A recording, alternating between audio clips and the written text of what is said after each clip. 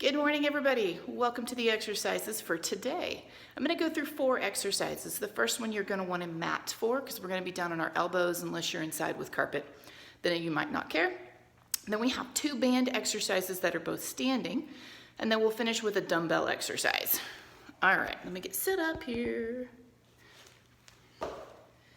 So our first exercise is going to be our up downs.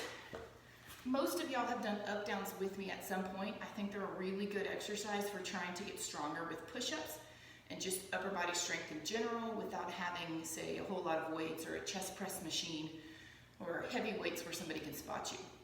So basically, an up down is a modified single arm push-up, and that's how I want you to think about it as you're going through it. So what an up down looks like, I'm going to face you first. Starting in a strong plank position, you are going to lower to the ground, to your forearms or elbows, and then you're going to press through one arm to get back up. So from the side, we lower to the ground and press back up. A couple of keys and the things that I feel like are the most important. Number 1 is that you rock side to side as little as possible. Really try to keep your sternum centered between your hands. The more you rock, the more momentum you use, as well as the more weight you press onto body parts that we're not trying to use. We really want this to feel like a single arm push-up so that a single arm is getting stressed a little bit more than it normally would on a push-up, because that's the only way that it's going to get stronger. Second thing is that you make sure your hand replaces your elbow and your elbow replaces your hand. So what that means from the side is as I drop down, my elbow is going to go where my hand was. And when I come back up, my hand is going to replace my elbow. If you don't do that, naturally, you're going to want to end up with your arms out in front, because it's a lot easier to come up with my arm almost straight already to this position.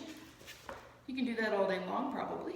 First is bringing your hand back to your elbow. Now my arm almost has a 90-degree bend, and it has to press a lot harder to get there. Always make sure that you alternate arms or alternate sides so that you are not always going down and always coming up on a certain arm. So the way it works for this workout is you have either a count of 20 or a count of 18 based on which workout you're doing. If your count is 20, you're going to end up back on your hands. Count is 18, you'll end up finishing on your forearms. Every movement counts. So as I lower, this is 1, 2, 3, 4. And then I'm going to take the same side that just came up back down. 5, 6, 7, 8. So I went down once on my right and once on my left, just alternating sides. All right. Other important modification on this one, if you need to, you're welcome to drop to one knee first. And if you need more help than that, drop to 2. But make sure that you lower down on the feet. As you come up, if you get to here and you're like, there's no way I can press through this arm to get back up, drop one knee and see if that's enough help to then finish it out. If you need to drop to both knees, by all means go ahead. It's only going to get stronger if you continue working it in the right position. Alrighty, moving on to bend. So the first one we're going to talk about is our sumo squat. Sumo squat, we all know, is feet wide, knees wide. We've done band with our regular narrow squat, but not our sumo squat. So, feet on just like you would for a normal squat. We're going to cross the handles. And then we're going to pull the arms up in close to the chest. So hands are actually almost against each other, or tucked in tight. Elbows are going to be at your rib cage. From here, because it's a sumo squat, toes are turned out, we're going to press the knees wide. The band will come right on the inside of the ankles probably. Elbows are going to go out to meet those knees and then squeeze back in.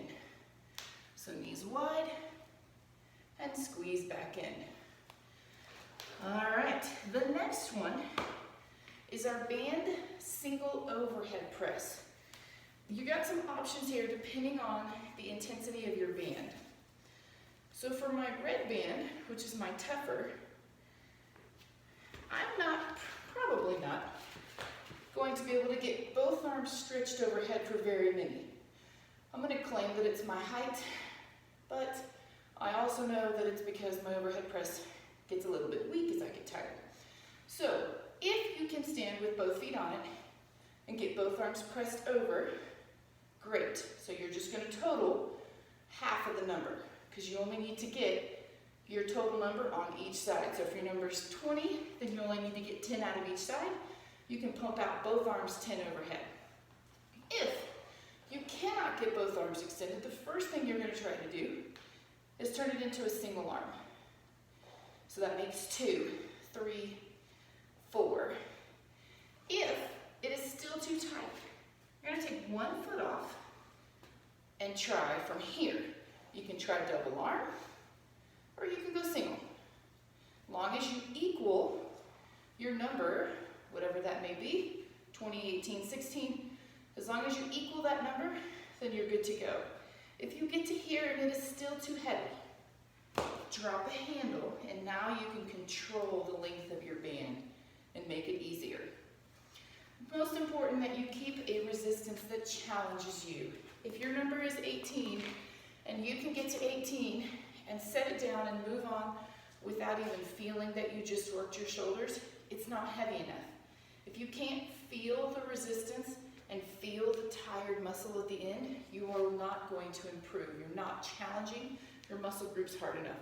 So think about that as you go. I'd rather you slow down, make it heavy, and maybe have to take a pause. It's okay, but challenge your muscle groups the best you can. All right, off my soapbox now. Into our last exercise, our dumbbell double arm bent over row. So we've done a whole bunch of single arm rows. We're going to throw in a double arm. Really what this does is makes cheating harder, which anytime I can make cheating harder, I'm going to go for it. So we're not going to be able to rotate the shoulders and use momentum this time because we've got both arms working at the same time. So starting position, hips are going to press back, slight bend in the knees. It's the same position that we would be in with our back if we had a single arm row. We just have both feet together now. Abs and tight, or not both feet together, but both feet next to each other.